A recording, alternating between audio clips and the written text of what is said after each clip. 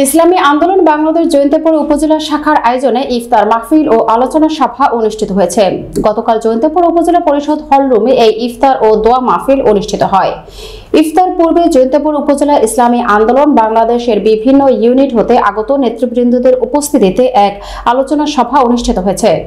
সভায় ইসলামী আন্দোলন বাংলাদেশ জয়ন্তপুর উপজেলা শাখার সভাপতি মাওলানা জিল্লুর রহমানের সভাপতিত্বে ও মাওলানা ফয়জুর রহমান ও মাওলানা আব্দুস সালামের যৌথ সঞ্চালনায় প্রধান অতিথি হিসেবে বক্তব্য রাখেন ইসলামী আন্দোলন বাংলাদেশ সিলেট জেলা শাখার সভাপতি মুফতি সাইদ আহমেদ। এই সময় বক্তারা বলেন, ইসলামী আন্দোলন বাংলাদেশ দেশের গণমানুষের কল্যাণে কাজ করে যাচ্ছে। দেশে ইসলামী শাসন ব্যবস্থা কায়েমের মধ্য দিয়ে দেশের মানুষের আর্থসামাজিক উন্নয়নের লক্ষ্যে ইসলামী আন্দোলন বাংলাদেশের সবাইকে কাজ করার আহ্বান জানানো হয়।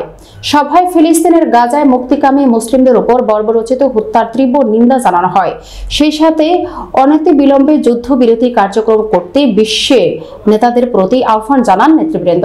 পরে ইফতারের পূর্বে দেশ ও মুসলিম উম্মাহের শান্তি কামনা করে মোনাজাত অনুষ্ঠিত হয়।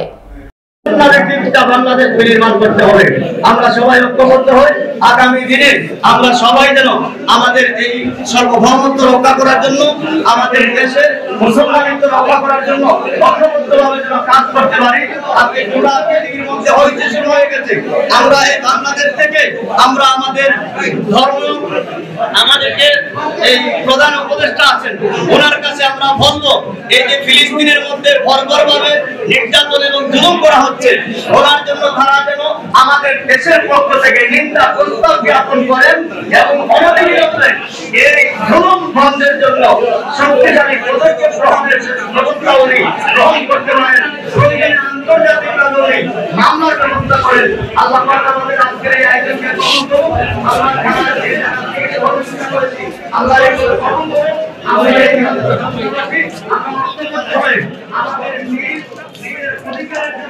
শান্তি সুশৃঙ্খলা